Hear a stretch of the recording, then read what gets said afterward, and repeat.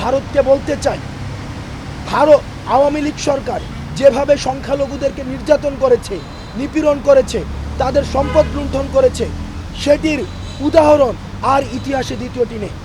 আপনারা যদি মনে করে থাকেন যে আওয়ামী লীগই শুধুমাত্র সংখ্যালঘুদের অধিকার রক্ষা করবে, সেটি সম্পূর্ণ আপনাদের ভুল ধারণা। আর সংখ্যালঘু যে ভাইয়েরা রয়েছেন, হিন্দু ধর্মের যে ভাইয়েরা রয়েছেন, অনেকেই রয়েছেন যারা ফিজিক্যালি হচ্ছে বাংলাদেশি কিন্তু মানসিকভাবে ভারতীয় ধ্যান ধারণা পোষণ করেন।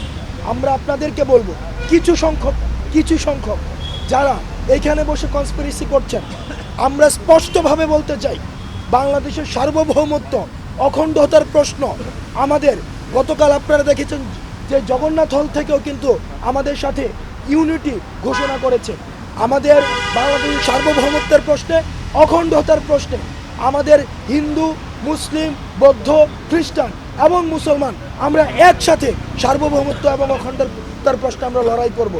আর ভারত এই যে 16 বছরে যেভাবে বাংলাদেশকে নির্ভর করে, আওয়ামী লীগকে নির্ভর করে এই অন্যায্য যে সম্পর্কগুলো আপনারা তৈরি করেছেন, আপনারা যদি মনে করে থাকেন এই ধরনের অন্যায্য সম্পর্ক আপনারা তৈরি করতে পারবেন, তাহলে আপনারা ভ্রান্তির মধ্যে রয়েছেন।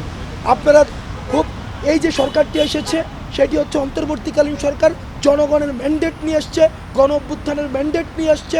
আপনারা আওয়ামী লীগের দৃষ্টিতে না দেখে জনগণের দৃষ্টি দিয়ে আপনারা এই সরকারের সাথে আপনারা ন্যায্যতার সম্পর্ক গড়ে তুলুন। আর যদি আমাদের সম্পর্কটি যদি কোনোভাবে ডিটোরিয়েট হয়, তাহলে কিন্তু অখণ্ডতার প্রশ্নে, সার্বভৌমত্বের প্রশ্নে আমরা এক হাত পরিমাণ, এক চুল পরিমাণ আমরা ছাড় দিব না।